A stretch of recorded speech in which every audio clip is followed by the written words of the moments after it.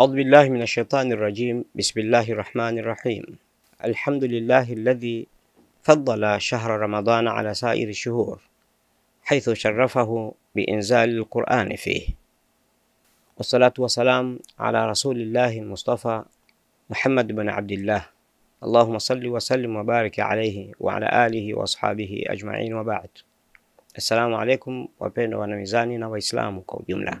Leo ni siku ya Jumapili, Machi 23, 2025, sawa na tarehe 22 ya mwezi mtukufu wa Ramadhani 1446, ambapo Waislamu kote duniani wamo katika misikiti kwa ajili ya kufanya itikafu ambayo hufanywa katika kila mwezi wa Ramadhani katika siku 10 za mwisho za mwezi huu mtukufu, kama alivyokuwa akifanya mtume wetu Muhammad sallallahu alayhi wa alihi wasallam. Ndugu Waislamu, mwezi wa Ramadhani ni mwezi mtukufu sana kwa Waislamu na ambao ndani yake kuna fadhila nyingi ambazo Mwenyezi Mungu ameziweka ndani yake. Na kwanza kabisa ni yale yaliyotamkwa katika aya ifuatayo, ambayo ni aya 185 ya sura ya pili, ambayo Mwenyezi Mungu anasema: Shahru Ramadhana alladhi unzila fihi alquran hudan linnasi wa bayyinati min alhuda walfurqan faman shahida minkum shahra falyasumhu wa man kana maridan aw ala safari fa'iddatu min ayamin ukhra yuridu Allahu bikum al-yusra wa la yuridu bikum al-usra wa litukmilu al-iddata wa litukabbiru Allah ala ma hadakum wa la'allakum tashkurun. Tafsiri yake ni kuwa mwezi mtukufu wa Ramadhani ambao imeteremshwa humo Qur'ani tukufu kuwa ni uongofu kwa watu na hoja zilizowazi na uongofu na upambanuzi. Bas faman shahida minkum shahra falyasumhu, yule ambaye atakutikana mjini kwake basi ni wajibu wake kufunga. Wa man kana maridan aw ala safari fa'iddatu min ayamin ukhra, na yule atakayekuwa ni mgonjwa au atakuwa katika safari basi atakamilisha siku katika wakati mwingine. Yuridu Allahu bikumul yusra wala yuridu bikumul usra, Mwenyezi Mungu anakufanyeni hivyo ili kupata wepesi wa utekelezaji na wala hakutakieni uzito. Walitukmilul idda, na ili kwa kufanya hivyo muweze kukamilisha zile siku ambazo zinatakiwa watu kufunga. Walitukabbirullaha ala ma hadakum, na ili mpate kumtukuza Mwenyezi Mungu kwa vile alivyokuongozeni. Wala'allakum tashkurun, na vile vile mpate kumshukuru. Aya hii inaeleza mambo mengi ndani yake. Moja, inatuzungumzia kwamba mwezi mtukufu wa Ramadhani ndio mwezi ambao Mwenyezi Mungu mtukufu aliuchagua kuwa ndio mwezi wa utekelezaji wa moja katika nguzo 5 za Uislamu. Kwa sababu hiyo, mwezi wa Ramadhani ina utukufu wa namna ya pekee, ambapo umepewa utukufu kwa kuwa Qur'ani ilishuka ndani yake. Lakini jambo la pili, Qur'ani inasemwa kuwa ndiyo mwongozo wa kuwaongoza binadamu na kupambanua yote yanayowahusu wanadamu, na kwamba katika Qur'ani mna upambanuzi wa masala yote yanayohusu imani na maada kwa watu wote wanaoishi duniani, na si lazima watu hao wawe ni waumini wa dini ya Kiislamu, bali Qur'ani itakuwa ni mwongozo wa kiroho kwa wale wanaoamini Uislamu. Lakini ni kitabu cha upambanuzi wa sheria zinazohusu mambo mbalimbali, yakiwemo yale mambo ya kisiasa, uchumi, kijeshi na hali zote zinazohusiana na maisha ya binadamu. Lakini vile vile Qur'ani ni jibu kwa kila jambo ambalo linatakiwa kupatiwa majibu kwa ajili ya kusuluhisha maisha ya binadamu.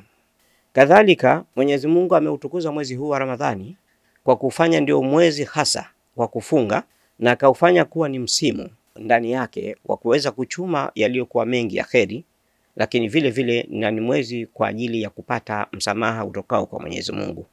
Katika hadithi ya Mtume Muhammad sallallahu alayhi wa alihi wasallam anasema: idha dakhala ramadhanu, inapoingia mwezi mtukufu wa Ramadhani, futihat abwabul janna, milango ya pepo hufunguliwa, wa ghulikat abwabu jahannama, na milango ya jahannam yote hufungwa, wa sulsilati shayatin, na mashaitani hufungwa.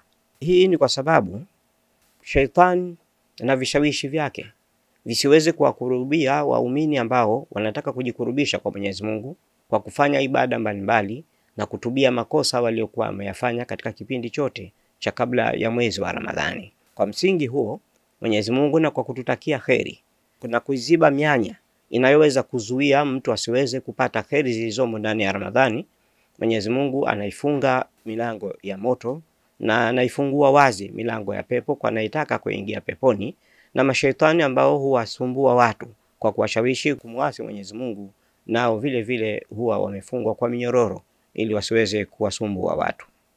Hayo yanafanyika ndani ya mwezi wa Ramadhani, na moja jingine lililo kubwa na alilokuwa akilifanya Mtume Muhammad sallallahu alaihi wasallam ilikuwa ni kukaa msikitini kwa kile kilichoitwa katika Uislamu itikafu. Itikafu ni ibada ambayo Mtume Muhammad sallallahu alaihi wasallam alikuwa akifanya katika kila mwezi wa Ramadhani. Ilipofika Ramadhani, Mtume siku ya tarehe 20 alihamia msikitini na hakurudi nyumbani isipokuwa baada ya kuswali Idi. Anayekaa itikafu atabakia ndani ya msikiti akifanya ibada zake mle ndani, akipatiwa chakula kutoka nyumbani au mahali atakapokuwa karibu kwa ajili ya kumsaidia kupata mahitaji. Almuhimu atakuwa humo ndani, na itikafu hiyo itamfanya yeye asiweze kupata wakati wa kwenda nyumbani na kuweza kukutana na mkewe katika mwezi wa Ramadhani. Wala tubashiruhunna wa antum aakifuna fil masajid, wala msikutane na wake zenu katika kile kipindi ambacho ninyi mtakuwa mmekaa itikafu katika misikiti. Watu wengi katika zama hizi tulizonazo hawakai itikafu, bali kwa sababu ya uvivu hujichagulia siku mojawapo katika siku za mwisho wa mwezi wa Ramadhani, wakaichagua siku hiyo kwamba ndio siku ya Lailatul Qadr wao wenyewe kwa nafsi zao, na wakakaa humo ndani, wakachanga mafedha, wakakaa wakala chakula na kufanya ibada, na wakatoka pale wanasema walikuwa wamekaa itikafu. Ni hakika kwamba hiyo ni itikafu, na hii inaweza ikafanyika wakati wowote katika mwezi wowote na siku yoyote. Lakini itikafu aliyokuwa akikaa Mtume Muhammad sallallahu alaihi wasallam ilikuwa inaanzia tarehe 20 kuamkia 21 hadi siku ya kusali Eid, ndio anatoka, na hiyo ndio itikafu kamili. Ilipokuwa mwaka wake ambamo ndani yake alikufa, Mtume wetu Muhammad sallallahu alaihi wasallam alifanya itikafu ya kukaa msikitini kwa muda wa siku 20 badala ya zile siku 10 za kawaida. Kwa hiyo tujitahid, ndugu zangu Waislamu, tuache uvivu, tuache kuifanya dini kwa ni kitu cha mzaha, kwa watu kuwa wanashughulika na mambo yao na starehe zao, wakafanya itikafu kuwa ni njia mojawapo ya kutafuta uchumi, njia mojawapo ya kutafuta fedha kwa wafadhili mbalimbali wa Kiislamu. Tutakuwa na itikafu tarehe 25, hiyo ndio siku hasa ya Lailatul Qadri. La hasha, Bwana Mtume sallallahu alaihi wasallam hakubainisha wazi kwamba siku ya Lailatul Qadri ni lini, ni siku gani hasa ilikuwa ndio usiku wa Lailatul Qadr.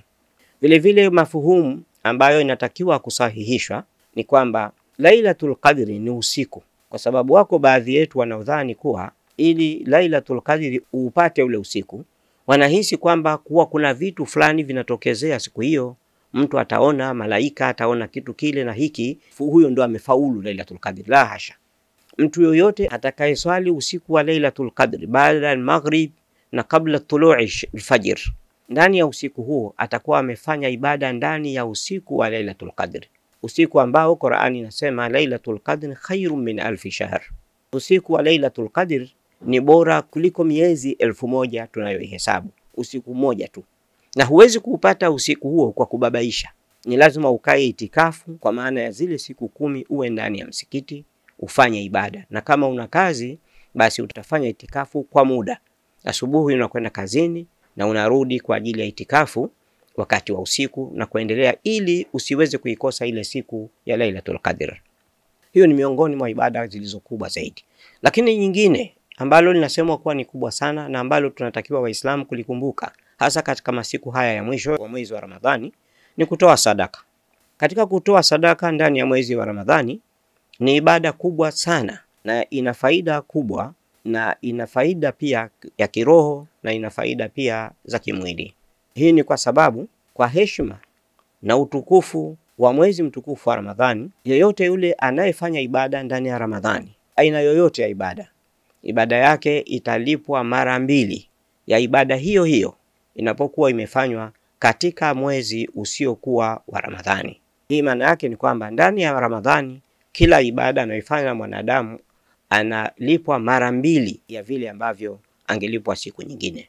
Lakini kutoa sadaka, na hasa kwa kuangalia watu walio dhaifu, watu ambao ni mafakiri, watu ambao ni masikini, watu ambao ni wagonjwa, watu ambao ni wajane, watu ambao ni mayatima, kuna faida ziada kwa ajili ya kuwatazama watu hao ambao wao walitaka kufunga na wanafunga, walitaka kufanya ibada na wanafanya ibada, lakini hawana chakula, hawana mategemeo ya kupata riziki zao katika wakati wa futari na daku, na vile vile hawajui watoto zao watavaa nini siku ya Idi.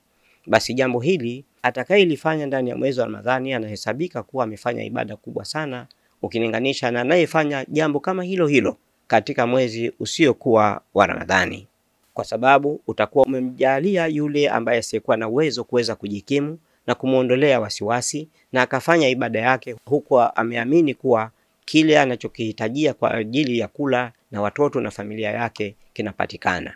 Unapokuwa umefanya jambo hilo la kuwatazama watu wa namna hiyo, unakuwa miongoni mwa waliofaidika zaidi ndani ya mwezi mtukufu wa Ramadhani. Na vile vile inapaswa tukumbuke kuwa kufanya ibada ni kwa ajili ya Mwenyezi Mungu peke yake, kwani kufanya ibada ndani ya Ramadhani kutamfanya mtu huyo aliyetoa sadaka yake aweze kupata malipo yake au asiyapate malipo.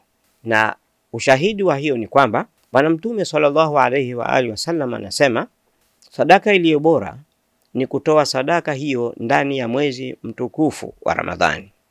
Lakini ili ibada yako ipokelewe na upate fadhila zinazotajwa kwa ni nyingi na mavuno yasiyokuwa na kifani, ni lazima kufuata sharti ambazo zimewekwa. Si kila anayetoa sadaka anapata thawabu, si kila anayefanya ibada anapata thawabu, la hasha. Kunazo taratibu na shuruti juu yake. Shartu qubuli al-ibadati kulliha an takuna khalisatan liwajhi Allah azza wa jalla. Nguzo au sharti la kukubalika aina yoyote ya ibada ni lazima ibada hiyo iwe imefanywa kwa ajili tu ya kutaka radhi za Mwenyezi Mungu. Wala yutlaba biha riya wala sum'a, wala asifanye mtu kutoa chochote alichonacho sadaka zake kuwapa watu mabarabarani, majiani, majumbani kwa ajili ya kutaka kujionyesha kwa yeye anatoa, wala sum'a, wala kwa kutaka umaarufu. Neno sum'a maana yake halisi ni kwamba ni kutaka sifa, na mfano wake ni sawa na ibada ya mtu. Anafanya mtu ibada ili watu waweze kumsikia akitajwa au kumfanya kuwa maarufu kwa hilo jambo alilolifanya, na kwamba fulani amefanya jambo fulani, fulani ametoa sadaka fulani, fulani ametoa kitu fulani. Haya ni mambo ambayo yanapingana na kupatikana kwa ujira ambao tuliokuwa tumeutaja hivi sasa. Hivi sasa umeibuka mashindano ya namna nyingine. Kila kundi la watu linataka kufutarisha kwa kuita watu mbalimbali. Wapo watu ambao wanaitwa katika mikutano na kuitwa kuja kufuturu, lakini zile hadhara zinazofanywa watu wakakutana, hadhara zile zinakuwa na mambo mengi ambayo hayastahili katika Uislamu. Mathalan, mtu anatayarisha futari, na katika futari hiyo wanaweka viti, watu wanakaa katika viti, na baada ya kukaa katika viti hivyo mnapeana mgongo au mapigana mabega na wanawake kwa wanamume. Hakuna hadhara ya Kiislamu wanakokaa michanganyiko wanawake na wanamume. Jambo hili ni haramu katika Uislamu, na haswa katika mwezi mtukufu wa Ramadhani. Ni kosa kubwa sana wanawake na wanamume kuchanganyika wasiokuwa maharimu. Mtu nakaa katika kiti au katika mkeka na mwanamke si mkeo, na mnakutana kwenye mwezi wa Ramadhani na kwamba mmealikwa katika kufutari. Tutakwenda katika hali hiyo mpaka itafika siku ambapo mashoga watakuwa wanaalikwa kwenye hadhara za futari, na mashoga na wao wataunda chama chao, na wao wataita mashekhe na watu mbalimbali kwa ajili ya kufutarisha. Haya yote yatakwenda, na yote ni mambo ya haramu na yasiyofaa. Ni lazima kuwe na viongozi ambao watakayo yakemea mambo haya. Ni lazima tuwe na viongozi ambao watajizuia wao wenyewe kuhudhuria katika hadhara ambazo ni haramu katika Uislamu, ili wao wawe ni vigezo kwa ajili ya Waislamu wanaowaongoza. Halikadhalika, kama tulivyosoma katika hadithi iliyopita kwamba Mtume Muhammad sallallahu alayhi wa alihi wasallam anasema sadaka iliyokuwa bora yenye manufaa makubwa zaidi, yenye thawabu nyingi zaidi, ni ile inayotolewa ndani ya mwezi wa Ramadhani. Na sadaka hiyo iliyokuwa bora zaidi ni ile itakayotolewa kwa siri. Katika Qur'an sura ya pili, yani suratul Baqara aya 271, Mwenyezi Mungu mtukufu anasema, in tubdu sadaqati fa ni'ma hiya wa in tukhfuha wa tu'tuha al-fuqara fa huwa khairul lakum, mkizidhihirisha sadaka zenu wakati mnapotoa ni jambo zuri, si baya, lakini mkizificha mkawapa mafakiri kwa siri, basi hiyo itakuwa ni kheri, kwa maana ya kheri zaidi. Kufanya sadaka kwa siri ni jambo zuri zaidi kuliko kufanya ibada kwa kuwaonyesha watu, na hasa katika jambo la kutoa. Usiwafanye watu ukawapanga foleni ukaanza kuwagawia kiasi cha fedha na kikana kwamba unawaumbua au unawadhalilisha. Basi utoa sadaka katika hali ya kufanya kuwa wewe unataka radhi za Mwenyezi Mungu, na njia nzuri zaidi ni ile utakayokuwa umewapa hao maskini au hao watu ambao unawaona wanahitaji msaada huo kwa njia ya siri. Na maneno haya hayana maana kwamba kutoa sadaka kwa dhahiri kunapingwa au kunaharamishwa katika Uislamu. Ni rahisi sana kwa mtu anayetoa kwa dhahiri kujisifu au kusifiwa na watu na yeye akavimba kichwa, lakini ni si rahisi mtu akitoa kwa siri halafu watu wakagundua kwamba alitoa. Hawawezi kujua, kwa sababu huyu aliyetoa kwa siri akampelekea mtu nyumbani kwake bila mtu yoyote kujua, anakuwa amefanya ibada zaidi kuliko yule ambaye anaitoa kwa dhahiri na watu wote wakimuona. Katika riwaya mojawapo Mtume Muhammad sallallahu alaihi wasallam amenakiliwa akisema kwamba watu 7 watakuwa wamefunikwa katika kivuli cha Mwenyezi Mungu katika siku ambayo hakutakuwa kivuli isipokuwa chake yeye mwenyewe Mwenyezi Mungu. Katika hao watu 7, mmoja wa watu hao ni yule aliyetajwa katika hadithi hiyo, inasema, wa rajulun tasaddaqa bi sadaqatin fa akhfaha hatta la ta'lamu shimaluhu ma yunfiqu yaminuhu.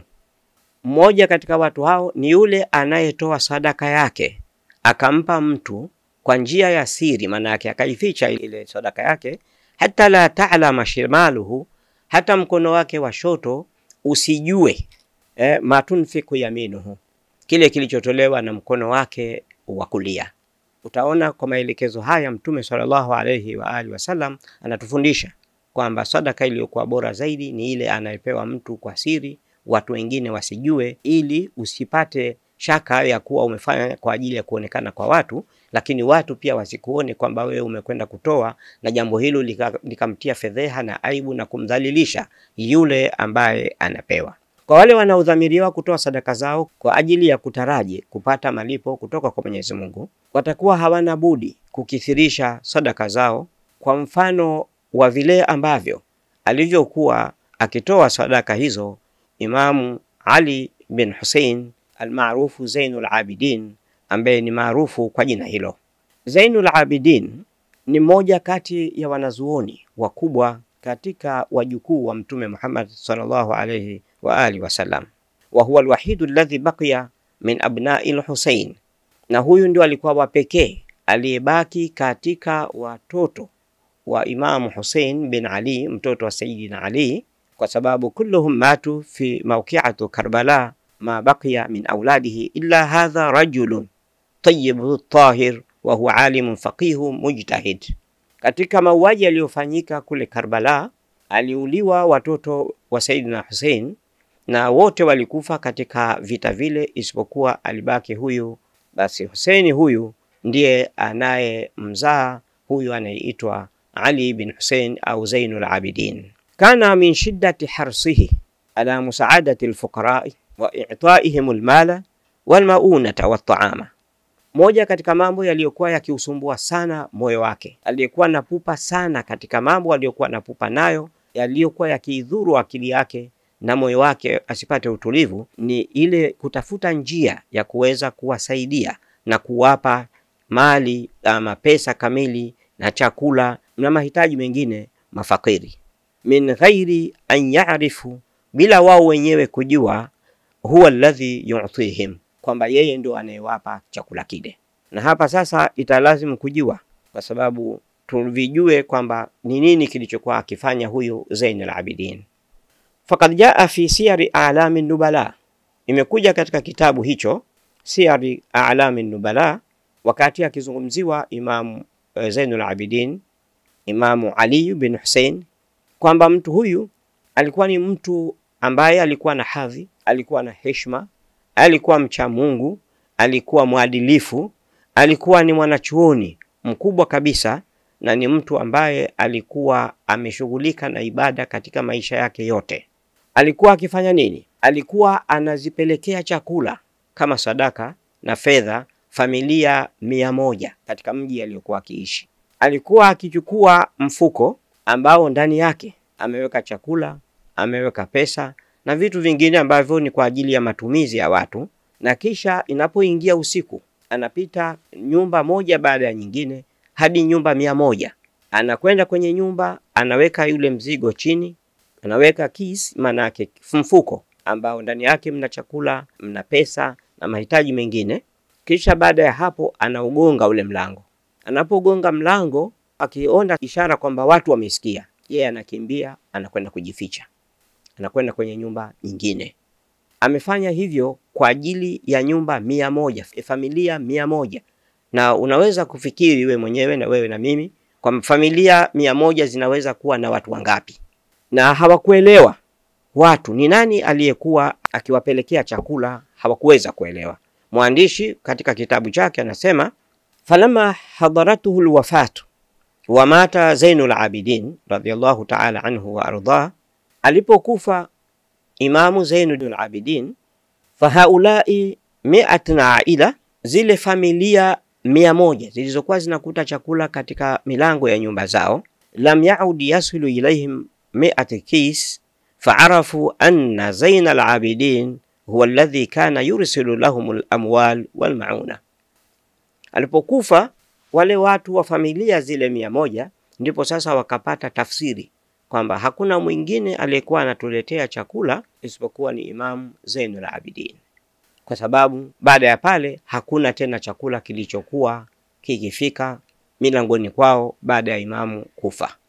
Hii inaonyesha nini? Tunajifunza kuwa Imam Zainul Abidin alikuwa ni mcha Mungu, alikuwa ni mtu ambaye alikuwa anafanya hivyo kwa ajili ya kutaka radhi za Mwenyezi Mungu. Alikuwa akifanya hivyo kwa ajili ya kutaka watu wasimsifu kwenye hadhara mbalimbali kwamba fulani bini fulani kafanya jambo fulani, fulani bini fulani kajenga jengo fulani, fulani bini fulani amepeleka watu 10 Maka. Haya mambo yote ni mambo ya ufahari na mambo ya kujionyesha, ni riaa, na aghlabu yake yanakuwa hayana thawabu zozote isipokuwa yanageuka na kutupiwa usoni yule aliyefanya kwa ajili yake na kwa sifa zake, badala ya kufanya hayo kwa ajili ya Mwenyezi Mungu. Sasa tumalizie darasa hili la leo kwa kusema yale ambayo baadhi ya wanazuoni wa Kiislamu waliyasema. Qala Zuhri, huyu Zuhri ni imamu maarufu sana katika wataalam wa dini ya Kiislamu, wa huwa min muasirihi, na yeye alikuwa miongoni mwa watu walioishi katika zama za imamu. Anasema nini? Anasema, ma raaitu Quraishan afdal minhu, sikuwahi kumuona mkureishi aliyekuwa bora kuliko Zainul Abidin. Na vile vile amesema Sa'id bin Musayyab, ambaye vile vile ni katika tabi'in, wa huwa min muasirihi aidha, na yeye ni miongoni mwa watu wa zama za imamu, kwamba summiya Zainul Abidin likathrati ibadatihi, ameitwa kwa jina la kwamba ni pambo la ibada kwa sababu alikuwa akifanya ibada nyingi sana. Miongoni mwa majina yake alikuwa ni Imamu Sajjad. Huyu alikuwa ni Imamu Sajjad, kwamba alikuwa akifanya sida 1000 kwa kila siku. Baadhi ya wanazuoni wameandika katika vitabu vyao kwamba Imamu Zainul Abidin alikuwa akikusanya pesa kwa kiwango ambacho alihakikisha kwamba wale watu wa familia 100 aliyokuwa akiwapa chakula hawakosi chakula, na yeye mwenyewe hakufahamika, kwa kiwango kwamba baadhi ya watu walioishi katika asri hii walikuwa wakidhani kwamba alikuwa na nguvu zisizokuwa za kawaida, ama alikuwa na ushirika au usaidizi kutoka kwa viumbe ambao binadamu hatuwajui. Huyu alikuwa ni mtu mcha Mungu sana, na alikuwa ni mtu ambaye anaheshimiwa sana kwa kila watu, kwa tabaka. Alikuwa ni mzuri wa maumbile kwa tabia zake. Alikuwa ni mwanazuoni mkubwa kuliko wanazuoni wengine wa pale Madina katika wakati wake, lakini alikuwa ni mcha Mungu wa kupigiwa mfano. Na kwa nini ilikuwa ikithibitika hivyo? Kwamba kila aliyekutana naye na aliyekuwa na haja alimpatia, lakini watu wakijiuliza ni nini alichokuwa akifanya kupata uwezo ule wa mapesa aliyokuwa akiyatawanya kwa kuwasaidia watu. Sufyan ibn Uyayna naye pia ni miongoni mwa wanazuoni wakubwa ya kutajika. Anasema maraitu hashimiyya afdala min Zainil Abidin wala afqaha minhu. Anasema kwamba sikumuona Mbani Hashim aliyebora kuliko Zainil Abidin wala aliyekuwa mwanachuoni mkubwa zaidi kuliko yeye, wala afqaha minhu, wala hakuna aliyekuwa mwanachuoni mkubwa, mwanafaqihi, mtaalamu wa sheria za Kiislamu na fiqh kuliko yeye Zainul Abidin. Waaddahu Shafi'i, na akaongeza Imamu Shafi kusema annahu, kwamba Zainul Abidin afqahu ahli al-Madina, alikuwa ndio mwanachuoni mkubwa zaidi kuliko wanachuoni wote wa Madina katika wakati wake. Kadhalika Shuaib bin Hamza amepokea naye kutoka kwa Zuhri akisema kwamba kana Ali bin al-Husayn min afdal ahli baitihi, alikuwa Ali bin Hussein yani Zainul Abidin alikuwa ni mbora wa watu wa nyumbani kwake, wa ahsanuhum ta'a, na alikuwa mtiifu zaidi kuliko wote. Waqala Muammar, na huyu Muammar naye akasema kwa kunukuu kutoka kwa Zuhri, lam yudrak min ahli albayt afdalu min Ali ibn al-Husayn, hakupata kutokea kutokana na watu wa nyumba ya Mtume, yani ahli albayt, watu wa Mtume Muhammad sallallahu alaihi wasallam, wajukuu zake, jamaa zake, afdalu min Ali ibn al-Husayn, alikuwa bora zaidi kuliko Ali ibn Husayn. Hali kadhalika Imamu Shafi'i amesema hubbu ali bait nabii sallallahu alayhi wa alihi wasallam fardun ala kulli muslimin wa hum wasilatana ila Allah ta'ala, faja'ala yukhatibuhum wa huwa yaqul. Imam Shafi'i anasema kuwapenda watu wa nyumba ya Mtume Muhammad sallallahu alayhi wa alihi wasallam ni faradhi kwa kila Muislamu, ni lazima kuwapenda, na riwaya zipo Mtume anasema na wao ndio wasila wetu mbele kule kwa Mwenyezi Mungu. Na yeye Imam Shafi akapata kusema juu ya watu wa nyumba ya Mtume kwamba wao ndio watu waliokuwa bora zaidi, kwamba wao ndio wasila wetu, wao ni watu watukufu. Na mwisho akasema inekutoshe wewe Muislamu kusikia kwamba la swalata liman lam yusalli alaihim, kwamba wewe unaye swali na wewe ni Muislamu, huwezi swala yako ikasihi kama hukuwatakia rehma watu wa nyumba ya Mtume sallallahu alayhi wa alihi wasallam. Basi hii ilikuwa ni mfano, hatakuwa tuna nia ya kutaka kuzungumzia utukufu wa Ahlul Bait, lakini tunataka kuzungumzia juu ya swala la kwamba unapofanya ibada ya kutoa hasa sadaka ifanye kwa siri. Na mfano mzuri wa kuigwa ni wa huyu Imam Zainul Abidin ambaye alikuwa akifanya ibada ya siri kama hivi ambavyo tulivyoitaja. Kwa hiyo tuzidi kumuomba Mwenyezi Mungu kwanza atujalie kuwa na moyo wa huruma, wa kuwaonea huruma wale wenye hali ya chini kuliko tunavyojiona sisi. Na wewe unaweza kumjua mtu ambaye ni dhaifu au ni maskini kwa kujitazama wewe mwenyewe. Idadi ya watu matajiri ni chache sana, lakini idadi ya maskini ni wengi sana, na miongoni mwa maskini kuna mafukara. Kila mmoja anamjua mwenziwe aliyo hali yake, anamsaidie, lakini kwa siri, si kwa masimango wala si kwa ajili ya kujifaharisha wala kutaka kusifiwa, bali tufanye mambo hayo kwa siri, hususan katika mwezi huu wa Ramadhani na hususan siku 10 hizi za mwisho, ili tuweze kuwasaidia hasa familia zetu. Usichukue sadaka yako kaipeleka mbali na familia yako, mbali ya ndugu zako, mbali ya marafiki zako na jamaa zako wa karibu, ukawapa watu wa mbali wakati shida iko kwako. Anza kuwatazama wale watu wa karibu yako, wawezeshe kupata futari, wawezeshe kujiandaa kwa ajili ya Eid, kwa ajili ya kupata nguo za watoto, kwa ajili ya kusherehekea Eid, kwa ajili ya zakatul fitri. Haya mambo yote yanatakiwa kufanywa kwa siri na kwa kuheshimiana, na asipewe mtu kitu katika hali ya kudhalilishwa au kudunishwa, kwamba kama si mimi asingepata futari, kama si mimi asingepata nguo ya mtoto wake. Haya yote ni mambo ambayo utafanya kweli, lakini huna utakachopata. Tumwombe Mwenyezi Mungu kwa baraka ya mwezi huu mtukufu wa Ramadhani, kwa baraka za wanaokaa itikafu, kwa baraka za wale wanaofunga na wale wanaofanya istighfar na wale wanaokwenda umra na wale ambao wamekwenda kukaa itikafu katika Masjidul Haram na katika Masjidul Aqsa na katika Masjidul Munawwara Madina. Mwenyezi Mungu atujalie Waislamu sote tufanye ibada kwa ajili ya Mwenyezi Mungu na kutafuta radhi zake. Atusamehe yote tuliyoyafanya katika makosa, na nyoyo zetu zitoke katika Ramadhani hali ya kuwa zimebadilika kutokana na maasi na kuyaendea yale yaliyokuwa ni amali za kheri. Ramadhani itubadilishe, kututoa katika machafu na kutuweka katika mambo yaliyokuwa ni mema, ili vizazi vyetu na sisi wenyewe tujitakase nafsi zetu na tukutane na Mwenyezi Mungu tukiwa katika hali ya salama. Lakini la mwisho, tusiwasahau wa Falastini kule Gaza na mahali pengine popote pale ambapo wanauawa, na tusiwasahau wa Falastini waliokaa itikafu katika Masjid al-Aqsa ambapo wanafuatwa na majeshi ya Mayahudi ambao wanaofuata ndani ya msikiti wa al-Aqsa kuwafukuza wasifanye itikafu. Tusisahau kusoma surati Lahabi na tusisahau kusoma surati Quraish kwa ajili ya kumuomba Mwenyezi Mungu avunje nguvu za wakina Trump na wakina Netanyahu ambao jukumu lao waliojipa wao ni kumwaga damu za Waislamu wenzetu wasiokuwa na hatia, na kushikilia msikiti wa al-Aqsa na kuhakikisha kuwa msikiti ule Waislamu hawaingii kufanya ibada huku wakiwa na nia ya kutaka kubomoa na kujenga matempo yao ya Kiyahudi. Mwenyezi Mungu azivunje nguvu zao na awanyime uwezo wa kufanya hivyo. Yeye ndio muweza wa kila jambo katika dunia hii. Wassalamu alaikum warahmatullahi wabarakatuh. Usisahau kulike, kushare, kucomment na kusubscribe Mizani Online TV ili uendelee kupata mfululizo wa vipindi vijavyo.